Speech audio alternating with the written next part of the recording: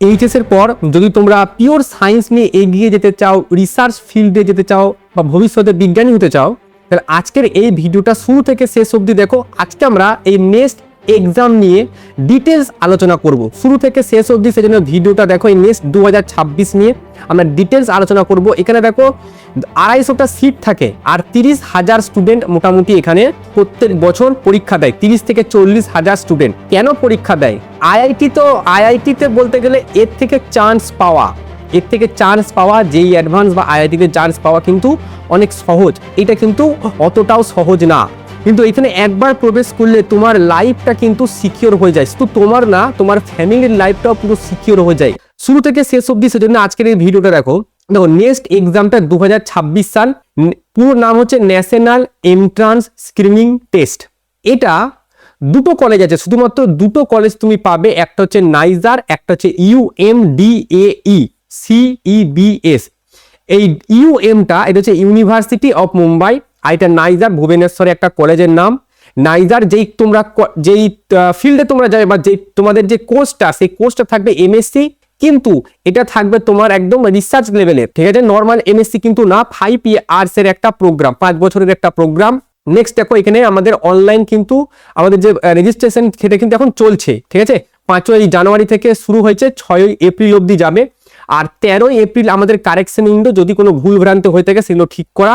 এবং mock test এখনো open হয়নি। 15ই মে থেকে আমাদের অ্যাডমিট কার্ড শুরু হয়ে যাবে। আর 6ই জুন কিন্তু আমাদের পরীক্ষার ডেট, কিন্তু টাইম আছে এখনো, তার মানে ঠিক আছে, ভালো রকমের বেশ টাইম আছে। নেক্সট আমরা দেখতে চাইছি অ্যাপ্লিকেশন ফিসটা দেখে নাও।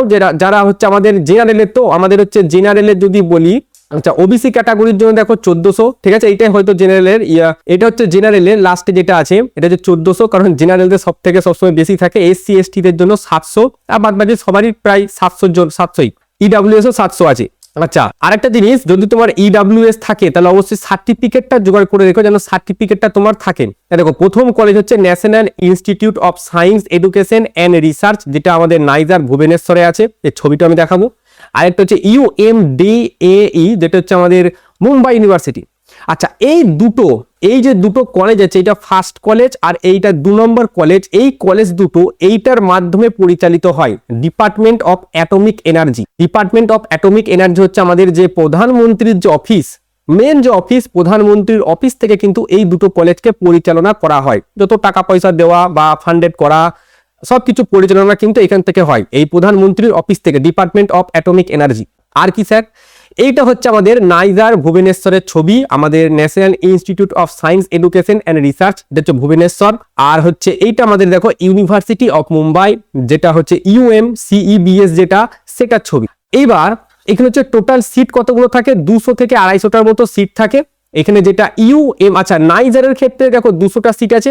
আর মানে মুম্বাই ইউনিভার্সিটি যেটা আছে, সেইখানে কিন্তু 57 থেকে 60টার মতো সিট আছে। টোটাল 250 থেকে 260টায় প্রতি বছর কিছু ভ্যারিয়েশন আসে, যেমন স্টুডেন্ট পরীক্ষা দেয় সেই অনুযায়ী একটু ভ্যারিয়েশন আসে এখানে।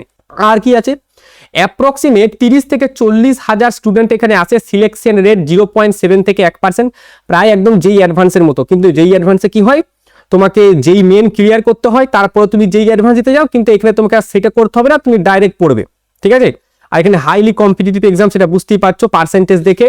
12 সায়েন্সে physics chemistry math, physics chemistry biology minimum 60% লাগবে জেনারেলের জন্য, 50% আমাদের লাগবে SC ST PWD ক্যাটাগরির জন্য। আর কি আছে? মাস্ট অ্যাপিয়ার উইদিন অ্যালাউ ইয়ার লিমিট আফটার 12। এখানে তুমি ডবল ড্রপার কিন্তু এখানে অ্যালাউ আছে, এটা জেনে নিও, ঠিক আছে? মানে 2024 সালে যারা HS দিয়েছে তারা কিন্তু দিতে পারে, মানে তুমি দুবার দিতে পারো, মোট কথা। আচ্ছা, আর কি আছে? আর হচ্ছে এক্সাম প্যাটার্নটা দেখে নাও। কম্পিউটার বেসড এক্সাম হবে, ঠিক আছে? কম্পিউটার বেসড এক্সাম হবে, 3.5 ঘন্টার মতো টাইম। ইংলিশ ল্যাঙ্গুয়েজ থাকবে, ফিজিক্স কেমিস্ট্রি ম্যাথ আর বায়োলজি, এই 4টেতে পরীক্ষা হবে। বাট এই 4টের মধ্যে যেই 3টেতে তোমার ভালো রেজাল্ট আসবে, মানে মার্কস যেই 3টে যোগ করে তোমার মার্কস সর্বোচ্চ হচ্ছে, সেই 3টেকে কাউন্ট করা হবে, ঠিক আছে? আচ্ছা, 80টা টোটাল কোশ্চেন থাকবে, প্রত্যেকটা সেকশন থেকে 20টা করে কোশ্চেন, ঠিক আছে?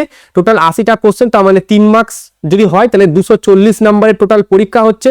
যদি টোটাল প্রতিটা কোশ্চেনের মধ্যে 3 মার্কসের। এবার এক একটা কোশ্চেন করার জন্য মোটামুটি তোমাদের 4 থেকে 4.5 মিনিট সময় পাবে, মানে ভালো রকমের ডিফিকাল্টি লেভেল কিন্তু কোশ্চেন গুলো। রং অ্যান্সার জন্য -1, আর যদি না অ্যাটেম্প করো তাহলে 0, 240 মার্ক টোটাল। আর কি আছে, এবার হচ্ছে এই যে যেটা বললাম বেস্ট 3 সেকশন আউট অফ 4, চারটে আমাদের সাবজেক্টের মধ্যে যে কোনো 3টে তোমাকে নেবে, যেটা বেস্ট তোমাদের জন্য। আচ্ছা, আর মেরিট ক্যালকুলেটেড আউট অফ 180 হবে সেক্ষেত্রে, যেহেতু 20, 20, 60, 20, 40, 60 3টে যেহেতু নেবে, প্রত্যেকটাতে 3 নাম্বার করে আছে, তাহলে 180 নম্বরের হবে সেক্ষেত্রে। আর কি আছে, আর এখানে যে আমাদের যে ভেরিফিকেশন কাট অফ যেটা আছে, কাট অফটা দুভাবে হয়। একটা হচ্ছে সেকশন ওয়াইজ, মানে ফিজিক্সে কত পেতে হবে, ম্যাথে কত পেতে হবে, এরকম আছে। মানে ফিজিক্সে ধরো তোমাকে 9 পেতে হবে, এরকম আছে। ফিজিক্স, কেমিস্ট্রি, ম্যাথ আমি যতদূর দেখেছি মোটামুটি 10 মতো পেলেই হলো, ঠিক আছে, 10-এর মতো পেলেই হলো। প্রত্যেকটা আমাদের যে প্রত্যেকটা সাবজেক্টে মোটামুটি 10 করে পেলেই হলো, ঠিক আছে। আর পার্সেন্টাইলটাও এখানে হচ্ছে পার্সেন্টাইলের ব্যাপার আছে, ঠিক আছে, পার্সেন্টেজ আর পার্সেন্টাইলের ব্যাপারটা আলাদা। আচ্ছা, এই দুটো কিন্তু তোমাকে এই দুটোতেই পুরোপুরি একদম হতে হবে, যে একটা হচ্ছে একটা মিট খাচ্ছে, একটা রিকোয়ারমেন্ট মিট খাচ্ছে না, সেক্ষেত্রে কিন্তু হবে না, দুটোই মিট খেতে হবে তোমাকে। আচ্ছা দেখো, কাট অফ হচ্ছে 70 থেকে 90 আউট অফ 180। আচ্ছা, 95 পার্সেন্টাইল, এটা হচ্ছে এটার মার্কসের দিক থেকে এটা, আর হচ্ছে পার্সেন্টাইলের দিক থেকে 95 পার্সেন্টাইল। ওবিসির জন্য 90 পার্সেন্টাইল, আর এসসি এসটির জন্য 75 পার্সেন্টাইল। আর কি নেক্সট, এখানে দেখো, এখানে আমি বলছি সেমিস্টার ফিস তোমাকে 16,000 টাকা লাগে। আর অ্যাডমিশনের সময় একটা ভর্তির ফিস লাগে, ঠিক আছে, 24,000 টাকা মেবি, সেটা আমরা বলছি এক্ষুনি। তো এই সেমিস্টার ফিস তোমার 16,000 টাকা লাগবে, জেনারেল আর ওবিসি। এসসি এসটি কিন্তু একটু কম, ঠিক আছে, তো সেটা এখানে মেনশন নাই। আর ওয়ান টাইম অ্যাডমিশন চার্জ কিন্তু একটা লাগবে। এবার দেখো, অ্যাডমিশন চার্জ এখানে 24,000 টাকা, তুমি এমএসসির জন্য 24, পিএইচডির জন্য তুমি যেটা করতে চাও সব করতে 24,000 টাকা লাগবে। আর 16,000 টাকা করে তোমার সেমিস্টার ফিস তোমার লাগছে এখানে, ঠিক আছে, হোস্টেল ফিস সব কিন্তু ধরে।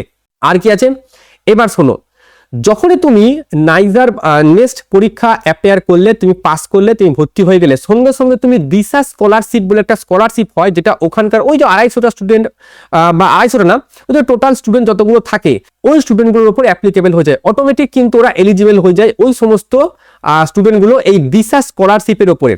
এটা হচ্ছে 5K করে দেবে পার মান্থ, তোমাকে দেওয়া হবে 5,000 করে। আর এই 20,000 টাকাটা তোমার সামারের ইন্টার্নশিপ তোমাকে দেবে। ইন্টার্নশিপ মানে তুমি ধরো ভাবা অ্যাটমিক রিসার্চ সেন্টার বা ইসরোতে তোমার ইন্টার্নশিপ হলো, ঠিক আছে, সেখানে যাওয়ার জন্য খাওয়া দাওয়া আর করা সমস্ত কিছুর জন্য, থাকা খাওয়ার জন্য 20,000 টাকা তোমাকে সেটা দেওয়া হবে।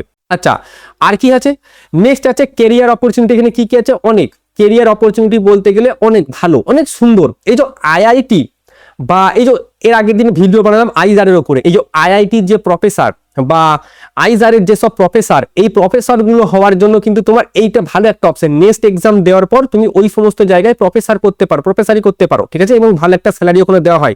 এখানে সায়েন্টিস্ট তুমি এবার বার্ক ভাবা অ্যাটমিক রিসার্চ সেন্টার, তুমি ইসরো বা ডিআরডিওর নাম শুনেছো আশা করি, ডিআরডিও, এইসব জায়গায় জুনিয়র সায়েন্টিস্ট হিসেবে তুমি যাও, মানে যাওয়ার খুবই চান্স আছে যদি তুমি পুরো এই যে 5 বছরের কোর্সে ওভারঅল তুমি ভালো পড়াশোনা করেছো, তোমার জ্ঞান আছে, ভালো হয়েছে, হ্যাঁ, তুমি ভালো লেভেলে প্র্যাকটিস করছো, তাহলে কি হয়, এই যে ইসরো, ডিআরডিও বা বার্ক এইসব জায়গা থেকে তোমাকে কল আসে, ইন্টারভিউর জন্য কল আসে, তো তুমি সেখানে গিয়ে অ্যাজ এ জুনিয়র সায়েন্টিস্ট হিসেবে কিন্তু জয়েন করতে পারো, ঠিক আছে। তাছাড়া তুমি বাইরে কিন্তু পিএইচডিও করতে যেতে পারো, ঠিক আছে, PhD in India and international university. কিন্তু এখানে তুমি যখন ইউনিভার্সিটি ইন্টারন্যাশনাল যাবে, তুমি সেখানে কিন্তু আলাদা তোমাকে স্টাইপেন্ড কিন্তু দেওয়া হবে। আর হচ্ছে এই দেখো, এটা হচ্ছে আমাদের ইসরোর ছবি, ঠিক আছে, কিছু আমাদের স্টুডেন্ট আছে যারা নেক্সট স্টুডেন্ট যারা সায়েন্টিস্টদের সাথে কাজ করছে। এটা হচ্ছে আমাদের ডিআরডিও, আর এইটা হচ্ছে আমাদের ভাবা অ্যাটমিক রিসার্চ সেন্টার। তো এই পুরো গেল আমাদের নেক্সট এক্সামের ব্যাপারে। এর পিওয়াইকিউ আমি ডেসক্রিপশনে দিয়ে দেবো, আর অফিসিয়াল যে লিঙ্ক যদি রেজিস্ট্রেশন করতে চাও সেটা আমি নিচে দিয়ে দেবো, রেজিস্ট্রেশনটা করে নিও।